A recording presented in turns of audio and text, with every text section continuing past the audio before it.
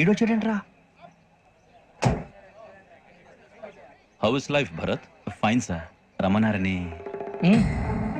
చాలా రోజులైంది మనం కలిసి.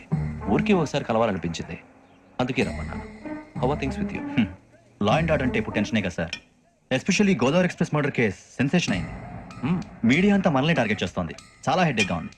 నిన్న ఇంకో మాట జరిగిందట. ట్రైన్లో మర్డర్ అయిన లెక్చరర్ కూతురుని అటాక్ చేశారు. సెక్యూరిటీగా పెట్టి మన కానిస్టేబుల్ కూడా చంపేశారు. మరి అమ్మాయి ఏమైంది? ఎక్కడికైనా పారిపోయి ఉండొచ్చు, లేదా కిడ్నాప్ అయి ఉండొచ్చు. ఈ పని కూడా నలుగురు కురాలే చేశారని సస్పెక్ట్ చేస్తున్నారు. బాస్టర్స్.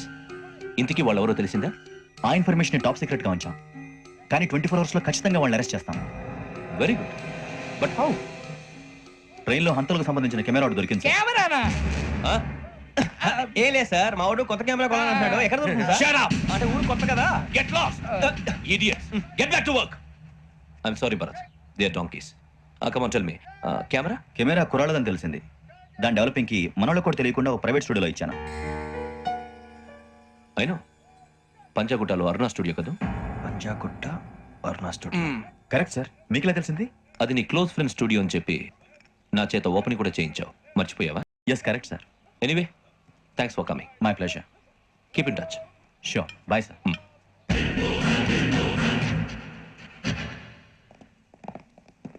ఏం కావాలి సార్?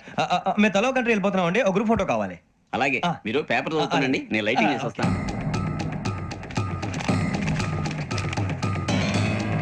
ప్రతి ఎక్కువ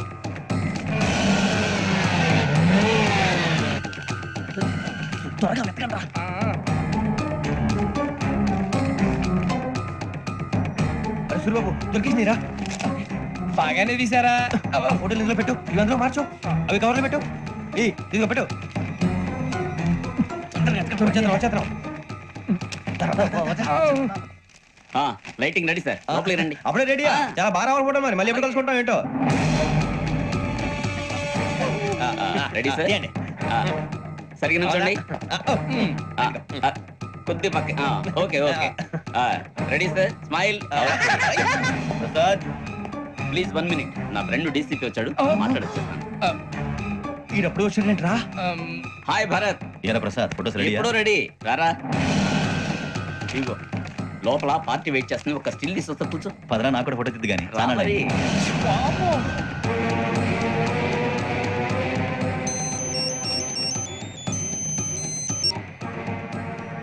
yes sir. Sir okay sir.